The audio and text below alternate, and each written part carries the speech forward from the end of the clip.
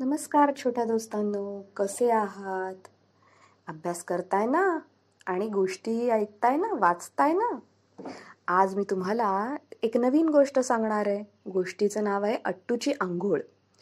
तुम्ही रोज स्वच्छ राहता ना? अंघोळ करताना दात घासता, स्वच्छ राहता, स्वच्छ कपडे घालता ना? आणि ते सगळं नाही केलं तर काय होतं माहितीये का?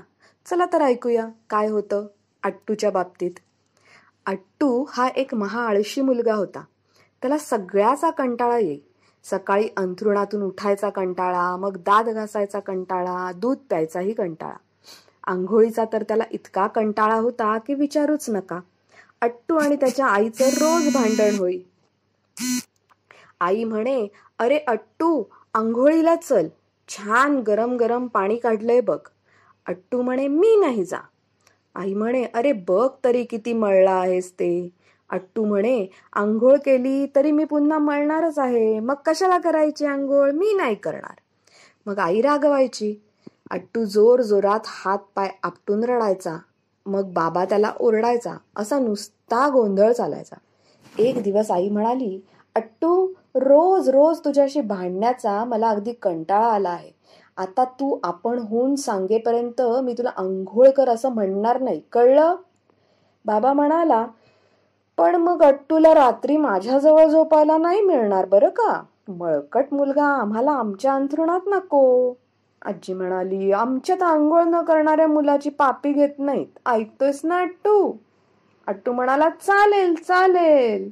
आई म्हणाली, "मग हवे तितके दिवस राहा अंघोळ न करता." अट्टू खुश झाला. रोजची कटकट संपली. आता ते साबण लावणं नको, अंग चोळणं नको, कपडे बदलणं नको आणि भांग पाडणं नको. मज्जा. कितीतरी दिवस गेले. अट्टूनं अंघोळ तर केली नाहीच. अंगातला शर्ट चड्डी सुद्धा बदलली नाही. बोटांची नखं वाढून त्यात माती साचली. केसात धूळ, कानात मळ, हातपाय तर मळून काळे ढुस्स झाले. अट्टूचे मित्रमैत्रीण त्याच्याशी खेळेनासे झाले. तो जवळ आला तर सगळेजण नाक वाकडं करून दूर जात. अट्टू म्हणे, "नका येऊ खेळायला. आमचीही तुमच्याशी कट्टी. आम्ही एकटेच खेळू." पण थोड्या दिवसांनी अट्टूला कंटाळा यायला लागला. एकटं एकटं तरी किती खेळणार? कोणाला बोलवावं खेळायला? अट्टू चिमणीकडे गेला. म्हणाला, "चिमणूताई, मला खूप कंटाळा आलाय. माझ्याशी खेळायला येतेस?" चिमणी म्हणाली, "तुझ्याशी? शी ग बाई, तुझ्यासारखा घाणेरड्या मुलाशी कोण खेळणार? काय तुझे कपडे आणि काय तुझे हात. मी तर आत्ताच आंघोळ करून आले आहे. मी नाही बाई खेळणार तुझ्याशी." असं म्हणून चिमणी भुरदिशी उडून गेली. अट्टू म्हणाला, "गेली सोडत. नाही खेळणार तर नको खेळूस. मी माऊशी खेळेन." समोरून मनी माऊ आली. अट्टू तिला म्हणाला, "माऊताई, माझ्याशी खेळतेस का?" मनी माऊ म्हणाली, "ई, दूर हो. किती ग बाई तू घाणेरडा. माझं अंग मी चाटून चाटून स्वच्छ केलंय. केस कसे चमकतायत माझे बघ. तुझ्यासारख्या घाणेरड्याशी मी बरी खेळेन." आणि मनी माऊ ही तुरु तुरु निघून गेली. अट्टू म्हणाला, "अरेच्चा, काय शिष्टपणा करतायत सगळे. हा बुबू तरी नक्की खेळेल माझ्याशी. होय ना रे बुबू?" बुबू म्हणाला, "अट्टू, मी काय वेडा आहे का? तू आंघोळ करत नाहीस, नखं कापत नाहीस, पायात चपला घालत नाहीस, सारखा इथे तिथे थुंकतोस. असल्या कळकट मळकट मुलाबरोबर मी नाही की बाबा खेळणार." बुबूही गेला. अट्टूने मग वासराला विचारलं, बकरीला विचारलं, कोंबडीला विचारलं. सगळे असंच म्हणाले, "घाणेरड्या मुलाशी आम्ही नाही खेळणार." इतक्यात तिकडून एक डुक्कर आलं. त्याचं सगळं अंग चिखलानं माखलेलं होतं आणि घाणीनं बरबटलेलं होतं.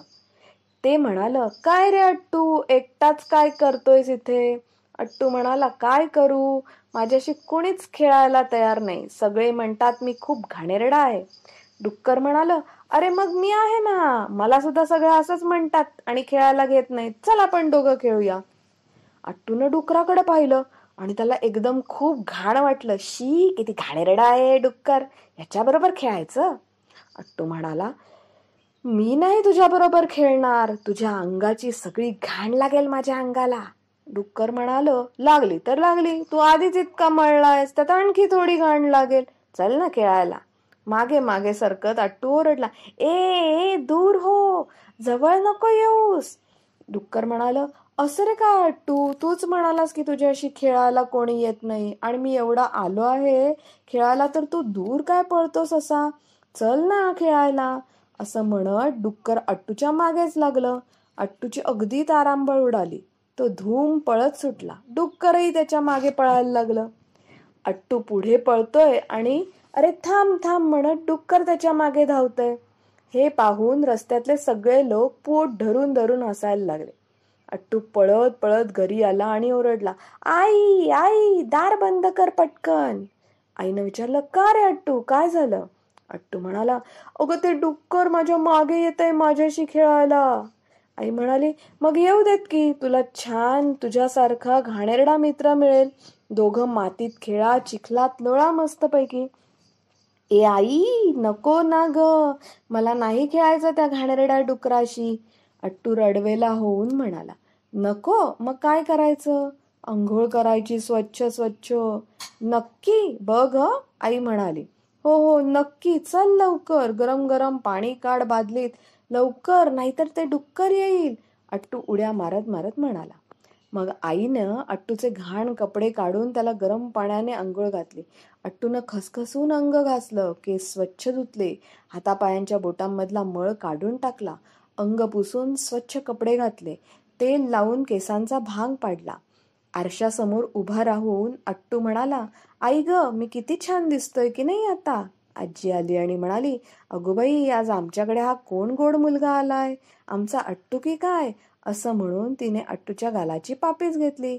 त्या रात्री बाबानं अट्टूला छान गोष्ट सांगितली. अट्टू त्याच्याजवळ गुडूप झोपून गेला. बघा, तुम्ही पण स्वच्छ राहा, रोज अंघोळ करा, दात घासा, नाहीतर अट्टूसारखं ते डुक्कर येईल हं तुमच्या मागे. ही होती आजची गोष्ट. पुढच्या गोष्टीसाठी उद्या भेटू.